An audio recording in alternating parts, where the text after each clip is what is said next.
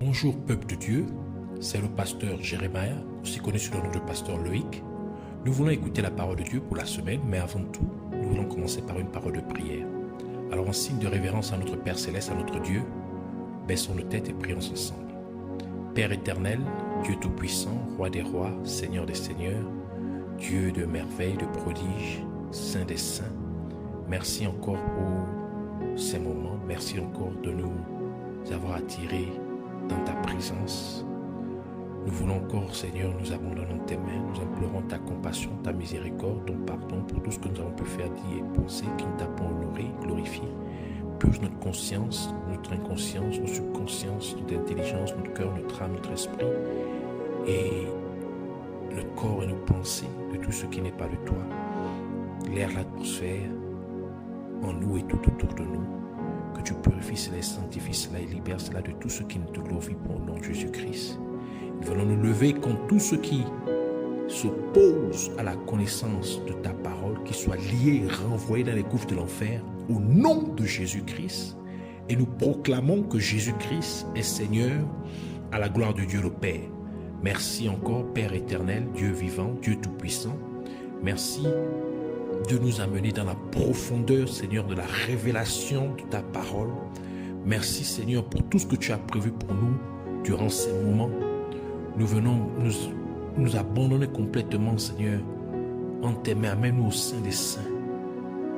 Amène-nous dans ta présence même, dans le fond, Seigneur, de ta présence. Que tu puisses nous équiper, que tu puisses nous saturer, Seigneur, de ton onction, de la révélation, Seigneur, de ta parole. Que tu sois honoré, glorifié, exalté pour toujours et à jamais. Au nom de Jésus-Christ. Amen. Alors nous voulons prendre notre passage principal des Saintes Écritures dans le livre d'Apocalypse, chapitre 5, versets 8 à 10. Alors nous lisons la parole de Dieu dans Apocalypse chapitre 5 versets 8 à 10 au nom de Jésus-Christ. Quand il eut pris le livre, les 4 êtres vivants et les 24 vieillards se prosternèrent devant l'agneau, tenant chacun une harpe et des coupes d'or remplies de parfums qui sont les prières des saints.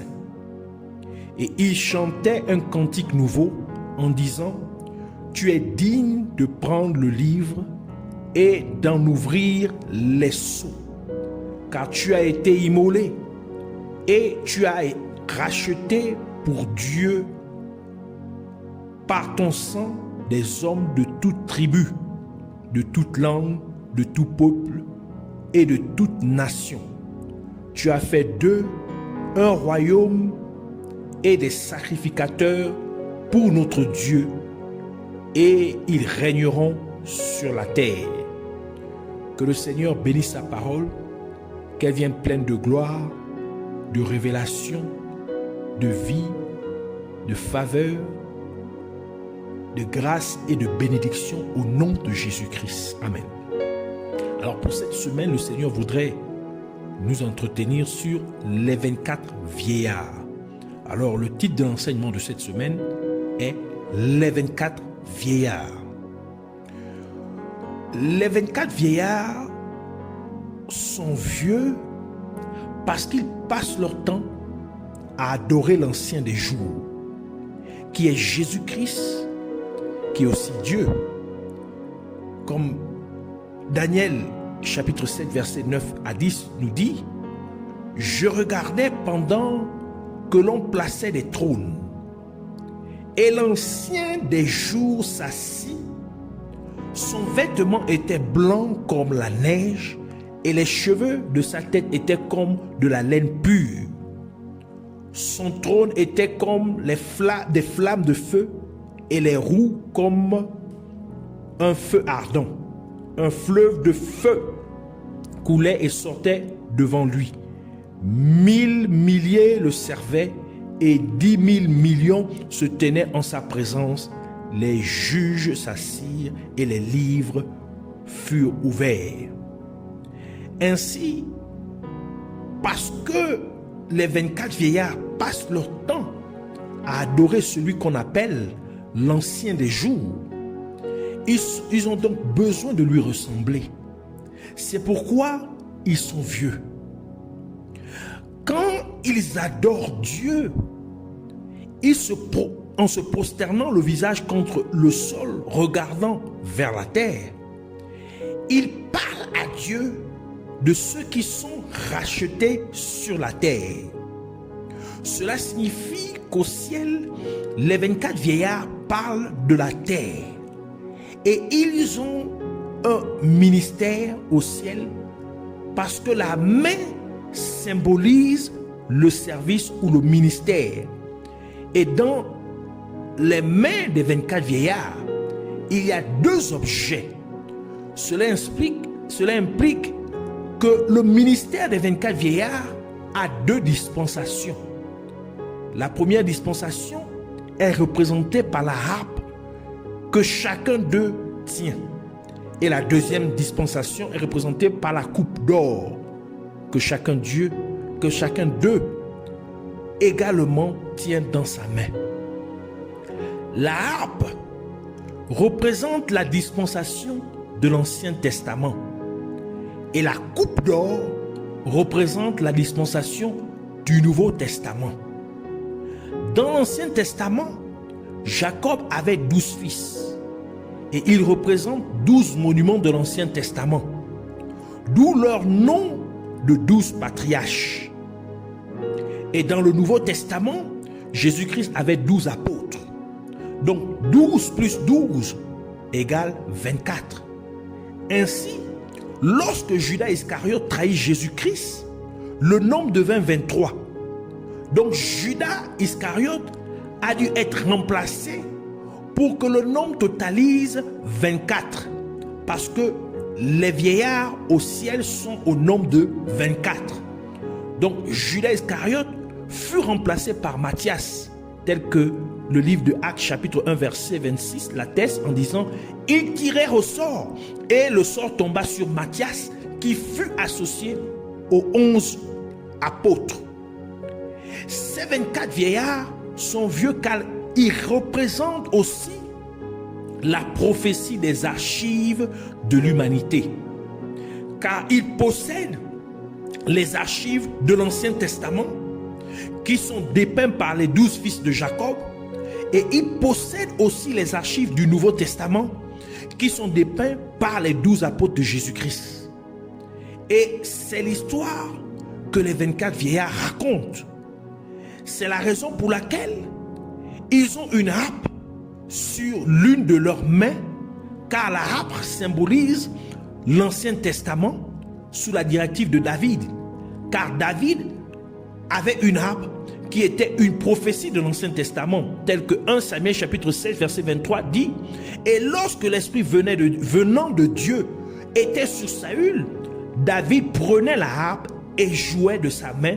Saül respirait alors plus à l'aise et se trouvait soulagé, et le mauvais esprit se retirait de lui. » Et les 24 vieillards ont aussi chacun sur leur autre main une coupe en or, qui est la prophétie du Nouveau Testament se référant à Jésus-Christ, qui vient avec une coupe du Nouveau Testament ou de la Nouvelle Alliance, symbolisant son sang, qui devait être versé alors qu'il mourait en étant crucifié sur la croix. Par conséquent, les 24 vieillards dans le ciel ont dans leurs mains une harpe et une coupe d'or qu'ils utilisent pour adorer Dieu.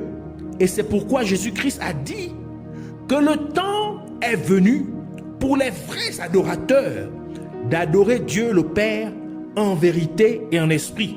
Jean chapitre 4 verset 23 qui dit « Mais l'heure vient et elle est déjà venue où les vrais adorateurs adoreront le Père en vérité et en esprit et en vérité. Car ce sont là les adorateurs que le Père demande. Par conséquent, les 24 vieillards adorent Dieu, premièrement pour la harpe et deuxièmement pour la coupe en or. Ainsi, lorsque les êtres humains sur terre comprendraient le mystère de la harpe en agissant en conséquence, les 24 vieillards adoreraient Dieu avec leur harpe. Et lorsque les êtres humains sur terre comprendraient le mystère de la coupe d'or, les 24 vieillards au ciel adoreraient ainsi Dieu avec la coupe d'or. Il faut donc comprendre les archives de la harpe et les archives de la coupe d'or. Aujourd'hui, nous allons parler seulement des archives de la harpe. 2 Rois, chapitre 3, versets 9 à 18 dit ceci. Le roi d'Israël, le roi de Juda et le roi d'Édom partirent, et après une marche de 7 jours, ils manquèrent d'eau pour l'armée et pour les bêtes qui la suivaient. Alors le roi d'Israël dit, hélas, l'Éternel a appelé ces 3 rois pour les livrer entre les mains de Moab. Mais Josaphat dit, n'y a-t-il pas ici aucun prophète de l'Éternel par qui nous puissions consulter l'Éternel? L'un des serviteurs du roi d'Israël répondit, il y a ici Élisée, fils de Shaphat, qui versait l'eau sur les pieds d'Élie. Et Josaphat dit, la parole de l'Éternel est avec lui. Le roi d'Israël, Josaphat et le roi d'Édom descendirent auprès de lui. Élisée dit au roi d'Israël, qu'y a-t-il entre moi et toi? Va vers les prophètes de ton père et vers les prophètes de ta mère. Et le roi d'Israël lui dit, non, car l'Éternel a appelé ces 3 rois pour les livrer entre les mains de Moab. Élisée dit, l'Éternel des armées, dont je suis le serviteur, est vivant. Si je n'avais égard à Josaphat, le roi de Juda, je ne ferais aucune attention à toi et je ne te regarderai pas. Maintenant, amenez-moi un joueur de harpe. Et comme le joueur de harpe jouait, la main de l'Éternel fut sur Élisée et il dit, ainsi parle l'Éternel, faites dans cette vallée des fosses,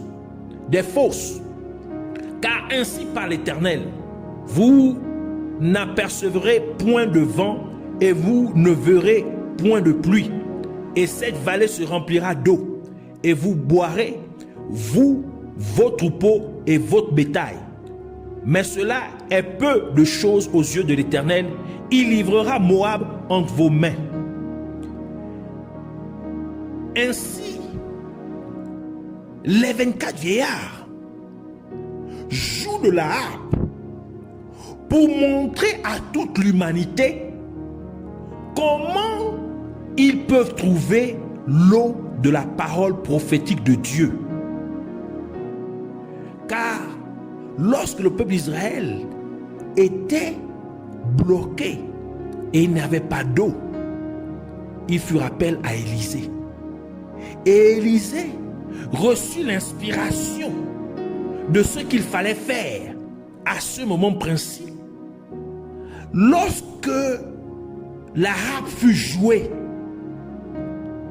l'Esprit de Dieu descendit sur lui et il reçut la révélation.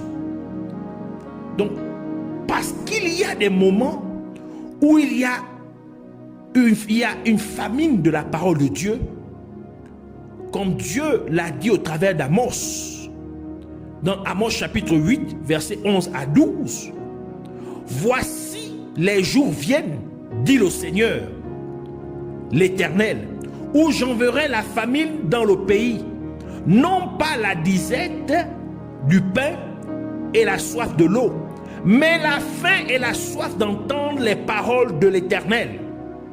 Ils seront alors errants d'une mer à l'autre, d'un septentrion à l'orient, du septentrion à l'orient. Ils iront ça et là pour chercher la parole de l'Éternel et ils ne la trouveront pas. Ainsi, lorsqu'il y a une famine de la parole, une famine ou une disette de la parole de Dieu, il faut que la harpe soit jouée pour recevoir l'inspiration divine, c'est-à-dire la révélation divine de la parole de Dieu. Et la disette, c'est aussi passé au jour. La disette et la fin de la parole de Dieu, c'est exactement passé au jour du souverain sacrificateur Élie. Dans 1 Samuel chapitre 3 verset 1 qui dit: le jeune Samuel était au service de l'Éternel devant Élie. La parole de l'Éternel était rare en ce temps-là. Les visions n'étaient pas fréquentes.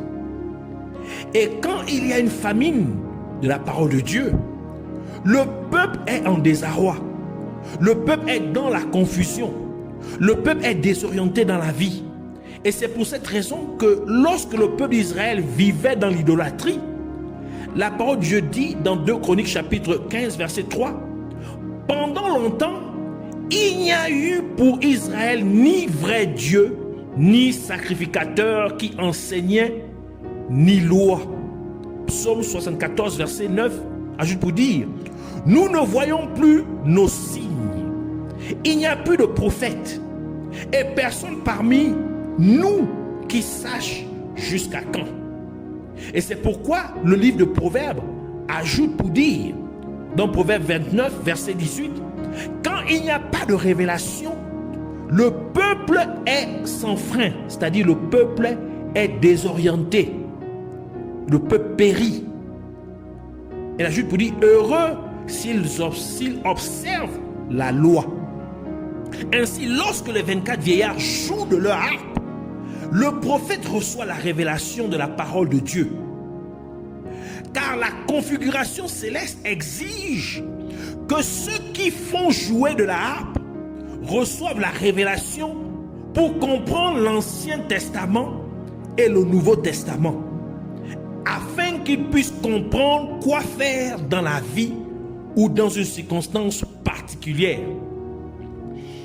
La harpe, dans l'Ancien Testament, était un instrument à 8 cordes, tel qu'indiqué dans le livre de Psaume, Psaume 6, verset 1 qui dit: au chef des chantres, avec instrument à cordes, sur la harpe à 8 cordes.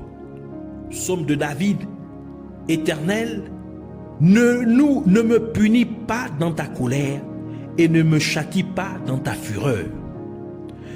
Ainsi, les 24 vieillards adorent, se prosternant, c'est-à-dire leur visage regardant vers la terre. Cela signifie qu'il y a quelque chose qui doit avoir lieu sur la terre. Et sur la base de ce qui est fait sur la terre, ils glorifieront Dieu dans le ciel.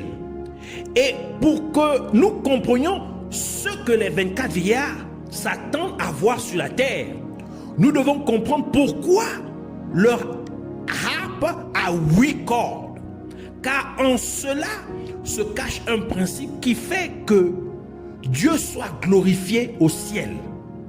Ainsi, les 24 vieillards regardent vers la terre, car il y a une loi sur la terre dans l'Ancien Testament qui exige que le 8e jour, l'enfant mâle soit circoncis.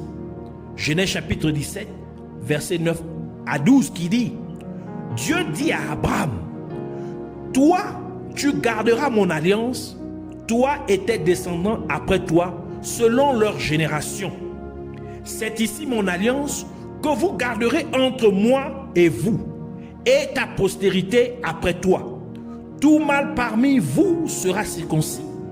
Vous vous circoncirez, et ce sera un signe d'alliance entre moi et vous. À l'âge de 8 jours, tout mâle parmi vous sera circoncis, selon vos générations, qu'il soit né dans la maison ou qu'il soit acquis à prix d'argent de tout fils d'étranger sans appartenir à ta race. Ainsi, parce que dans l'Ancien Testament, Dieu avait établi son alliance avec Abraham et les descendants d'Abraham, en ce que tout enfant mâle devait être circoncis le 8e jour. C'est pourquoi la harpe a 8 cordes dans l'une des mains des 24 vieillards représentant l'Ancien Testament, ce qui signifie qu'il représente l'ancienne alliance entre Dieu et son peuple sur la terre. Cela implique donc que pour que les 24 vieillards adorent Dieu au ciel, vous devez entrer dans une alliance perpétuelle avec Dieu. En d'autres termes, pour que vous ameniez les 24 vieillards à adorer Dieu dans le ciel, vous devez être dans une alliance à vie avec Dieu, laquelle alliance était représentée dans l'Ancien Testament par la circoncision. Et c'est pourquoi le livre de Romains parle de la circoncision de cœur. Romains chapitre 2 verset 28 à 29 qui dit: le juif, ce n'est pas celui qui en a les dehors, et la circoncision, ce n'est pas celle qui est visible dans la chair, mais le juif, c'est celui qui l'est intérieurement, et la circoncision, c'est celle du cœur, selon l'esprit et non selon la lettre. La louange de ce juif ne vient pas des hommes, mais de Dieu. Cela nous dit clairement que vous devez complètement abandonner vos mauvais modes de vie mondains pour vivre maintenant selon les voies de Dieu. Et en conséquence de votre changement positif radical, les 24 vieillards prendraient leur harpe et adoreraient Dieu au ciel. Par conséquent, vous entrez dans une alliance à vie avec Dieu par la circoncision du cœur. Et c'est-à-dire que vous appartenez maintenant au royaume des cieux et que vous êtes maintenant en mesure de procréer. En d'autres termes, vous êtes maintenant capable d'amener d'autres personnes à devenir aussi enfants de Dieu comme vous-même. Cela montrerait ainsi à Dieu que vous êtes bien entré en alliance avec lui. Ainsi, lorsque vous commencez à gagner des âmes pour le royaume de Dieu, cela prouverait à Dieu que vous êtes bien circoncis. Cela signifie que vous êtes fructueux. Et c'est pourquoi Jésus-Christ a dit dans Jean chapitre 15 verset 16, « Ce n'est pas vous qui m'avez choisi, mais moi. Je vous ai choisi et je vous ai établi afin que vous alliez et que vous portiez du fruit et que votre fruit demeure, afin que ce que vous demanderez au Père en mon nom, il vous le donne. Ainsi, celui qui ne porte pas de fruit, c'est-à-dire celui qui ne gagne pas d'âme pour le royaume de Dieu, une telle personne n'a pas sur lui le signe de l'alliance de Dieu. En d'autres termes, il n'est pas circoncis.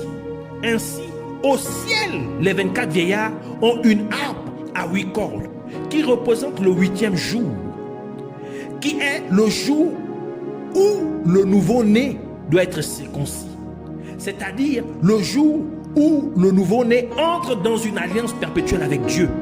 Cela signifie qu'il représente le jour où quelqu'un donne sa vie à Jésus-Christ. C'est le jour où quelqu'un naît de nouveau. D'où Jésus-Christ a dit à Nicodème, dans Jean chapitre 3 verset 3, Jésus lui répondit, en vérité, je te le dis, si un homme ne naît de nouveau, il ne peut voir le royaume de Dieu. Cela explique donc que lorsque quelqu'un naît de nouveau, les 24 vieillards dans le ciel utilisent leur harpe à 8 cordes pour adorer et louer Dieu. Et c'est la raison pour laquelle Jésus-Christ a dit dans Luc chapitre 15 verset 7, de même, je vous le dis, il y aura plus de joie dans le ciel pour un seul pécheur qui se répand que pour 99 justes qui n'ont pas besoin de repentance. Donc il y a une célébration dans le ciel lorsque quelqu'un est né de nouveau. Les 24 vieillards au ciel utilisent leur harpe à 8 cordes pour adorer et louer Dieu, pour signifier que quelqu'un sur la terre a commencé une nouvelle vie avec Dieu. La personne a commencé un nouveau cheminement car le chiffre 8 est le chiffre symbolisant un nouveau départ, parce que Dieu a créé tout en 6 jours et s'est reposé le 7e jour. C'est pourquoi la semaine est faite de 7 jours. Donc le 8e jour, tout recommence, c'est-à-dire qu'une nouvelle semaine commence. Donc quand quelqu'un sur terre est né de nouveau, ce qui signifie qu'il a sincèrement accepté Jésus-Christ comme son sauveur et Seigneur, et qu'il s'est vraiment repenti de ses péchés et qu'il a maintenant embrassé un nouveau mode de vie qui se trouve en Jésus-Christ, en vivant en totale obéissance à la parole de Dieu. Cela implique donc que la personne a circoncis son cœur. Elle est donc entrée dans une nouvelle alliance à vie avec Dieu. Elle a commencé une nouvelle vie en Jésus-Christ. C'est un nouveau commencement, un nouveau départ en Jésus-Christ. C'est pourquoi la parole de Dieu dit dans 2 Corinthiens chapitre 5 verset 17, si quelqu'un est en Christ, il est une nouvelle créature. Les choses anciennes sont passées. Voici que toutes choses sont devenues nouvelles. Ainsi, alors que vous gagnez une âme à Jésus-Christ, vous faites en sorte qu'une célébration ait lieu dans le ciel, car les 24 vieillards au ciel prendront leur harpe à 8 cordes pour louer et adorer Dieu. Ils célébreraient au ciel, louant et adorant Dieu à cause du chrétien nouvellement né et à cause de vous qui avez été l'instrument qui a fait que la célébration ait lieu.